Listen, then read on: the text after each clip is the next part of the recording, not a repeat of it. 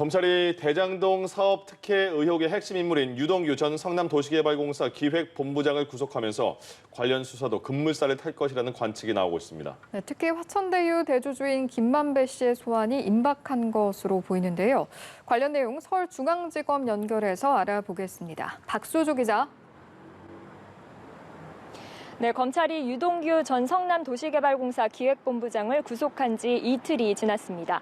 그제밤 유 전 본부장을 뇌물과 배임 등의 혐의로 구속한 검찰은 조만간 유 전 본부장을 다시 불러 관련 의혹들에 대한 본격적인 조사에 들어갈 것으로 보입니다.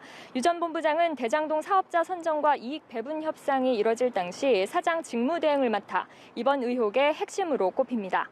사업 설계 당시 민간 사업자인 화천대유에 특혜를 주는 대가로 11억여 원을 받고 개발 수익 700억 원을 분배받기로 했다는 의혹 등이 제기됐는데 유 전 본부장은 혐의를 모두 부인하고 있습니다. 검찰은 행방이 묘연한 유 전 본부장의 휴대전화 확보에 주력하는 한편 조만간 대주주 김만배 씨 등 화천대유 관계자들은 물론 성남도시개발공사 전현직 임직원들을 소환할 것으로 관측됩니다.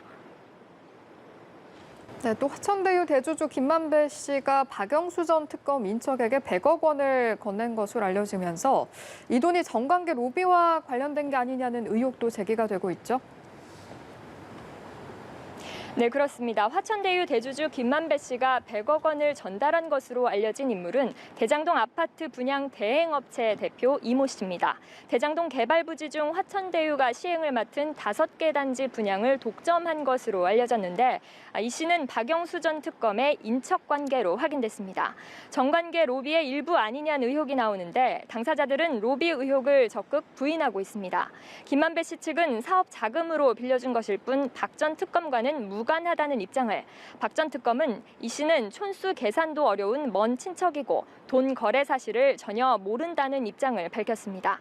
그러나 이 씨가 과거 대표이사로 있던 회사에서 박 전 특검이 한 달간 사회이사를 맡았고 박 전 특검의 아들도 이 씨의 또 다른 회사에서 근무한 적이 있는 것으로 알려져 의혹은 사그라들지 않고 있습니다.